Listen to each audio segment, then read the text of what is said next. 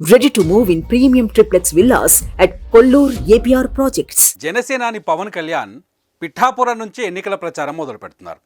సంక్షేమ మంత్రంతో అధికార వైసీపీ అధినేత జగన్మోహన్ రెడ్డి ప్రచారం చేస్తుంటే ప్రజా వ్యతిరేక విధానాలను ప్రజాక్షేత్రంలో ఎండగడుతూ టీడీపీ, జనసేన, బీజేపీ కూటమిగా ముందుకు వెళ్తోంది.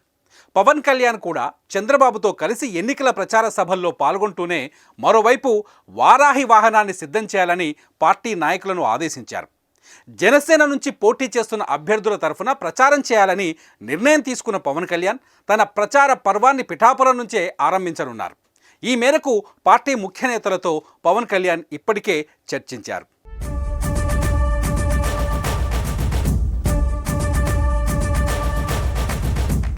శక్తిపీఠం కొలువైన క్షేత్రం శ్రీపాద శ్రీవల్లభుడు జన్మించిన పవిత్ర భూమి అయిన పిఠాపురం నుంచి జనసేనాని ప్రచార పర్వంలోకి దిగుతారు.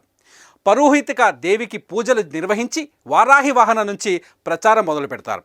ఆ నియోజకవర్గంలోనే 3 రోజుల పాటు ఉంటారు పవన్ కళ్యాణ్. నియోజకవర్గ ముఖ్య నాయకులు, మండల నాయకులతో భేటీలు నిర్వహిస్తారు. పిఠాపురం కేంద్రంగా రాష్ట్ర వ్యాప్తంగా సాగించే ఎన్నికల ప్రచారానికి రాకపోకలు సాగించబోతున్నారు.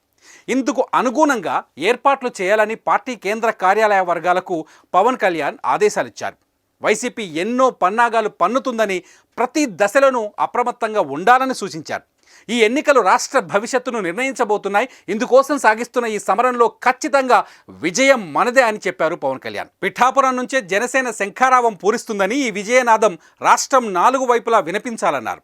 ఎన్నికల నియమ నిబంధనలు పాటించడం పైన టూర్ మేనేజ్మెంట్ సభ్యులు పూర్తి అవగాహనతో ఉండాలని తెలిపారు పవన్ కళ్యాణ్.